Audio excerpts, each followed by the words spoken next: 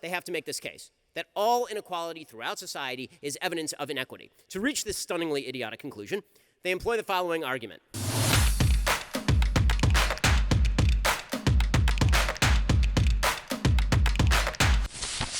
Wokeness makes a very strong claim with regard to inequality. Wokeness claims that all inequality in life is evidence of inequity. Now, this is a semantic trick, right? You understand that they're taking the word equality, and then they're taking the word equity, and they are hoping that you noticed that a syllable just went missing there. And that when they say inequality and inequity, what you really think is, okay, well, equity is a good thing, and so if something is unequal, that means it's not equity. Okay, these words have completely different meanings. Okay, if something is unequal, this does not imply that something unfair happened. If you worked hard for your pay today and somebody else did not work hard for their pay today, you received unequal wages. This does not mean that some deep, abiding unfairness has taken place. But nonetheless, they have to make this case that all inequality throughout society is evidence of inequity. To reach this stunningly idiotic conclusion, they employ the following argument. They begin with, all people are created equal. Not in their rights. All people are created equal. You are equal to the person sitting next to you in every conceivable way. Thus, if you are equal to the people sitting next to you in every conceivable way, any groups are equal in any conceivable way. Because again, if you are all exactly the same, doesn't matter how I divvy up the room, any group is going to be the same as any other group. Thus, all disparate results between groups can only be due to either natural differences or discrimination. But it can't be natural differences because you're exactly the same as the person sitting next to you. So it must be discrimination. Right? So that's the sort of idiotic syllogistic logic that's being used here. Now the problem is that pretty much every single one of these premises is false. Now, lest you think that I'm exaggerating the case, that I'm just making up what the wokes say about this, they say it right out.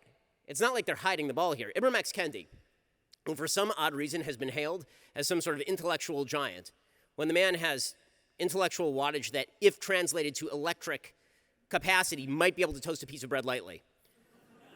Ibram X. Kendi argues, quote, as an anti-racist, when I see racial disparities, I see racism. Any racial disparities, this means racism.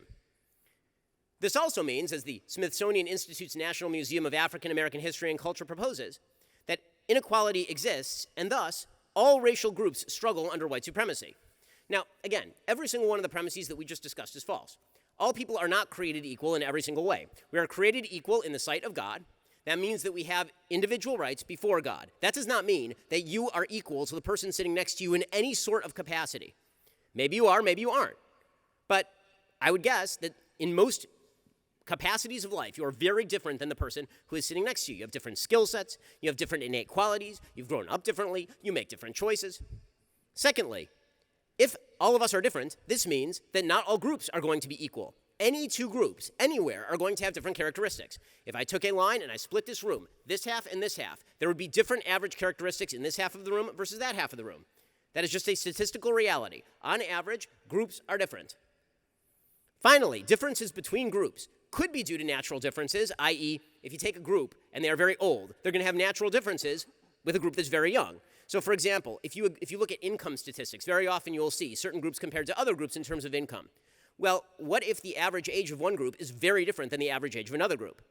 That happens to be the case in the United States, by the way, between black and white. The average age of white Americans is closer to 60. The average age of black Americans is closer to 25.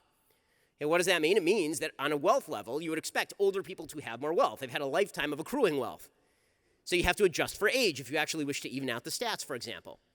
Okay, this is true with every group. Men and women have very different innate qualities. I know I hate to break that to the left. Men and women, very different. Stuff we've known since we were small children and then had to unlearn because our college professors are largely idiots.